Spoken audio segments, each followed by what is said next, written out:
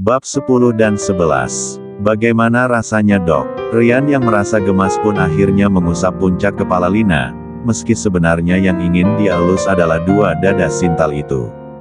Bukan karena berhasrat, hanya penasaran saja bagaimana rasanya, apakah empuk atau kenyal.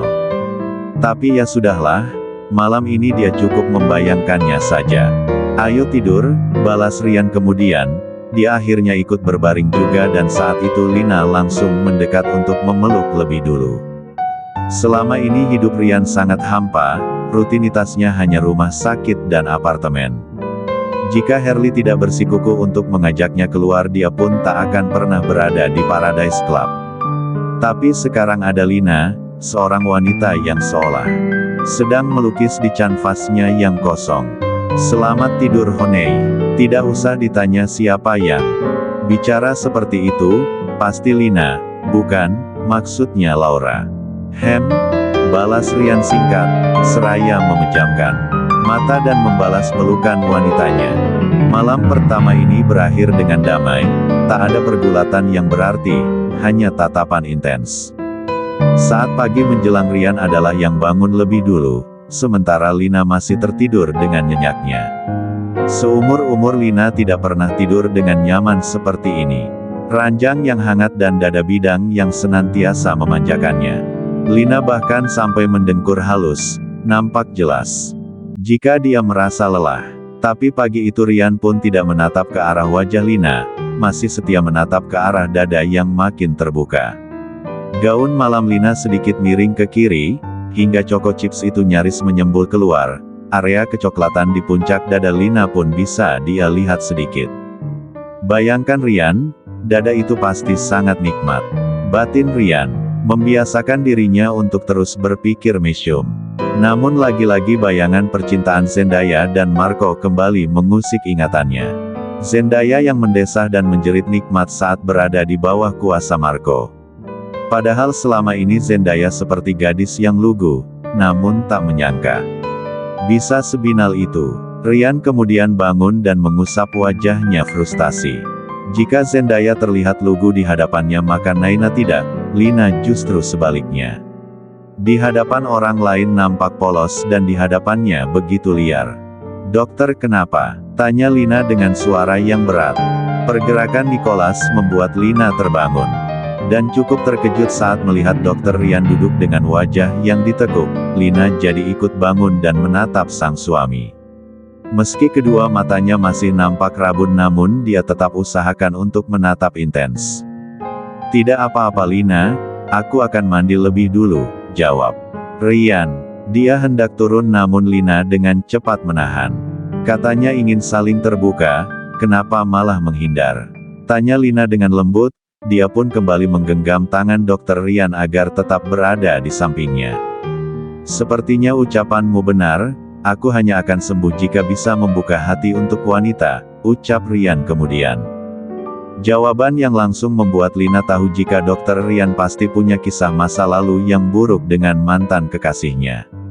Lina pun seketika ingat pembicaraan beberapa perawat di rumah sakit yang pernah dia dengar, bahwa Dokter Rian pernah gagal menikah. "Aku akan mandi dulu," kata Rian. Kini dia tetap turun. Meski tangannya masih digenggam oleh sang istri.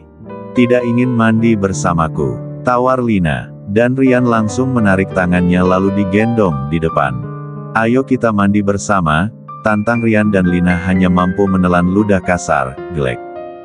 "Dok, aku kan cuma bercanda, tidak sungguh-sungguh ingin mandi bersama," ucap Lina yang masih berada di gendongan Dokter Rian. Dokter Rian yang mulai berjalan menuju kamar mandi. "Bercanda? Kenapa harus bercanda? Kenapa tidak sungguhan saja? Nanti kalau aku mau bagaimana? Masa harus pakai tangan? Kan ini belum bisa tegak." Astaga, Rian sampai kehabisan kata-kata saat bicara dengan Laura. Akhirnya dia hanya terkekeh sendiri. Tiba di pintu kamar mandi, tangan Lina pun terulur untuk membuka pintu tersebut. Rian mendudukkan Naina di meja wastafel. Punggung Naina terpatul sempurna di dalam cermin. "Semalaman aku sudah membayangkannya, jadi sekarang biarkan aku menyentuhnya," kata Rian. Lina langsung tahu kemana arah pembicaraan itu, pasti tentang kedua buah dadanya. Tapi bajuku jangan dicopot ya. Cukup dipegang. Rian mengangguk kecil, pertama-tama kedua tangannya berada di pinggang Naina yang ramping, kemudian salah satunya naik dan membelai lembut dada itu. Lina yang normal langsung beraksi, menggeliat kecil dan menggigit bibir bawahnya.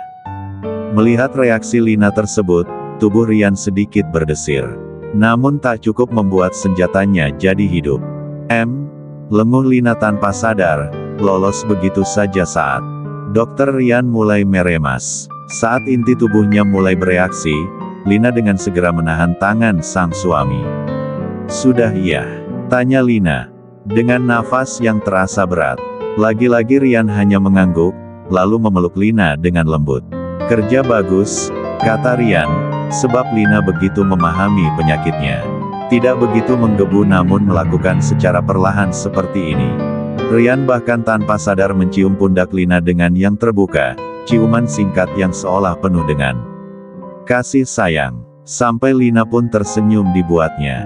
Pagi ini mereka tidak mandi bersama, hanya menggosok gigi saja dilakukan bersamaan. Selebihnya Rian memberi waktu Lina untuk mandi lebih dulu. Dan di saat Rian yang mengguyur tubuhnya, Lina pun mulai berkutat di dapur. Di apartemen ini Lina tidak akan pernah memakai bra. Biar saja dadanya jadi pemandangan yang selalu segar setiap hari oleh sang suami. Pagi ini saja Lina menggunakan gaun harian berwarna putih susu, makin sempurna saat melekat di tubuhnya yang seksi. Jam 8 tepat mereka telah duduk di meja makan dan sarapan bersama. Lina bisa mendapatkan semua bahan itu dengan mudah, melalui pemesanan daging dan sayur secara online. Jika ada uang maka semuanya akan aman. "Ternyata kamu benar-benar bisa masak," kata Rian, dia memandang kagum atas semua makanan yang tersaji. Apartemen ini benar-benar terasa lebih hidup karena Lina. "Hadiahnya cium ya," kata Lina, dia bangkit dari duduknya dan pindah ke pangkuan sang suami. Mencium bibir Dokter Rian dengan lembut dan pria itu pun membalasnya juga. Selesai memagut mesra Lina kembali ke kursinya sendiri dan menyajikan makanan di dalam piring sang dokter. "Karena sekarang dokter memberiku banyak uang, jadi aku tidak perlu repot kerja. Seharian ini aku hanya akan berada di rumah sakit bersama ibu," lapor Lina. Rian mengangguk. "Nanti aku bawa bekal ya?" tanya Lina lagi dan Rian mengangguk lagi. "Dokter mau tidak? Kalau mau aku bawa agak banyak. Tapi nanti kita makannya di mana?" "Datanglah ke ruanganku saat jam makan siang." Lina menjawab dengan senyum-senyum malu. "Siap suamiku," katanya mendayu-dayu. Bukannya tersentuh, Rian malah terkekeh.